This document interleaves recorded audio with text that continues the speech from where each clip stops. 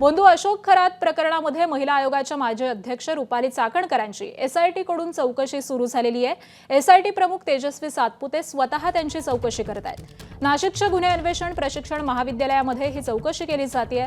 रुपाली चाकणकर यांनी महिला आयोगाच्या अध्यक्षपदावरती असताना पदाचा गैरवापर केल्याचा ठपका त्यांच्यावरती आहे। तर खरात सोबतचे संबंध आणि झालेल्या आरोपांच्या पार्श्वभूमीवरती ही चौकशी केली जाते।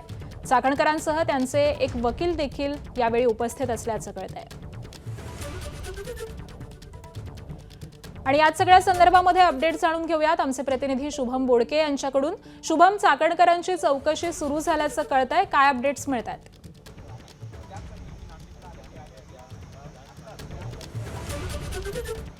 आकांक्षा, खरं तर नाशिकच्या एमपीएम मध्ये या ठिकाणी रुपाली चाकणकर ह्या काही वेळापूर्वी या ठिकाणी पोहोचलेल्या होत्या। आपण जर बघितलं तर एसआयटीचे जे अधिकारी आहेत ते देखील या ठिकाणी आतमध्ये आपल्याला पाहायला मिळाले होते। एकूण रुपाली चाकणकर यांची एसआयटी कडनं चौकशी आज होणार आहे आणि चौकशीला सुरुवात देखील झालेली आहे। खरं तर आज जी चौकशी केली जात आहे ती याच मुद्द्यावर असणार आहे।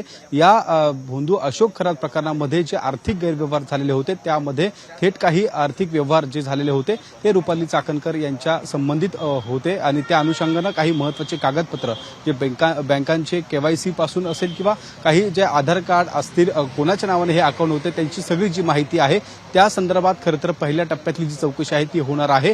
या अनुषंगाने आपण रुपाली चाकणकर यांना देखील विचारलेलं होतं। त्यांनी या सगळ्या संदर्भात सांगितलं की हे अकाउंट जे आहे ते फेक आहे। नेमके हे कुणी उघडले, या अकाउंटमध्ये नेमकं काय व्यवहार झाले, कोणा संदर्भात हे व्यवहार झाले आणि कशासाठी ह्या सगळ्या बँक अकाउंटमधले आर्थिक व्यवहार झालेले होते याची खरं तर माहिती आज रुपाली चाकणकर यांना एसआयटी कडनं विचारली जाणार आहे। या सगळ्या प्रकरणात जर बघितलं तर आर्थिक व्यवहार अनुषंगानं जे काही कागदपत्र आहेत ते रुपाली चाकणकर यांच्या जे संबंधित आहेत ते एसआयटीला मिळालेले होते आणि त्यासाठी रुपाली चाकणकर यांच्या सोबत ज्या महिला वकील आहेत, त्यांच्या सहकारीच्या महिला वकील आहेत, त्यांच्याकडे देखील काही महत्त्वाचे पुरावे हे स्वतः त्या ठिकाणी आपण पाहिलेले आहेत आणि त्या अनुषंगानं काही महत्त्वपूर्ण खुलासे देखील चाकणकर यांच्या या आजच्या एसआयटी चौकशी दरम्यान होणार आहे। आणि एकूण या सगळ्या संदर्भात ज्यावेळी महिला आयोगाच्या अध्यक्ष म्हणून रुपाली चाकणकर होत्या तेव्हा त्यांनी त्यांच्या पदाचा गैरवापर केलेला होता।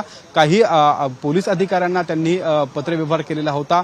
एकूण या पत्रकारांना त्या ठिकाणी काही वेळा त्यांनी चौकशीसाठी किंवा नोटीस त्या ठिकाणी पाठवलेल्या होत्या, खुलासे मागवलेले होते। जे शिवनिका संस्थान आहे जे या बोंधू अशोक खरातच्या संबंधित जे ईशानेश्वर मंदिर आहे त्या मंदिराच्या विश्वस्त पदावर देखील रुपाली चाकणकर होत्या।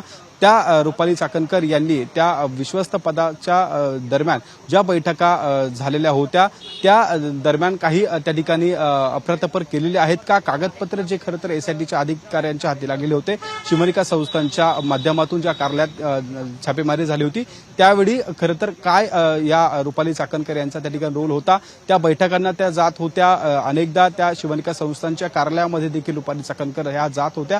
त्यामुळे या सगळ्यांचा तपास खरं तर एसआयटीने केल्यानंतर काही पुरावे जे आहेत त्या पुराव्यांच्या अनुषंगाने खरं तर या ठिकाणी रुपाली चाकणकर यांची एसआयटी आज चौकशी करेल। एकूण दुपारनंतर या ठिकाणी बोंधू अशोक खरात आहे त्याला देखील या ठिकाणी आणण्याची शक्यता आहे। खरं तर आज बोंधू अशोक खरात याची तो न्यायालयीन कोठडीमध्ये आहे। जर वेळ त्या ठिकाणी तशी असेल तर त्याचा ताबा जर आज जर मिळाला तर रुपाली चाकणकर आणि बोंधू अशोक खरात यांच्या समक्ष एसआयटी ही चौकशी करणार असल्याची देखील खात्रीशीर सूत्रांनी आपल्याला माहिती दिली आहे। त्यामुळे दुपारच्या सत्रामधली जी चौकशी आहे ती देखील खरं तर महत्त्वाची असणार आहे। पहिल्यांदा रुपाली चाकणकर यांची चौकशी केली जाईल, त्यांच्या कागदपत्रांच्या संदर्भात त्यांच्याशी काही सवाल केले जाईल आणि एसआयटीच्या जर वेळेत जर अशोक खरातचा ताबा मिळाला तर त्यांची समक्ष चौकशी देखील आजच केली जाईल अशी माहिती देखील आपल्याला मिळते। आकांक्षा, बरं, त्यामुळे या सगळ्याच संदर्भातले अपडेट तुमच्याकडून वेळोवेळी जाणून घेऊ। तुर्तास धन्यवाद शुभम या माहितीसाठी।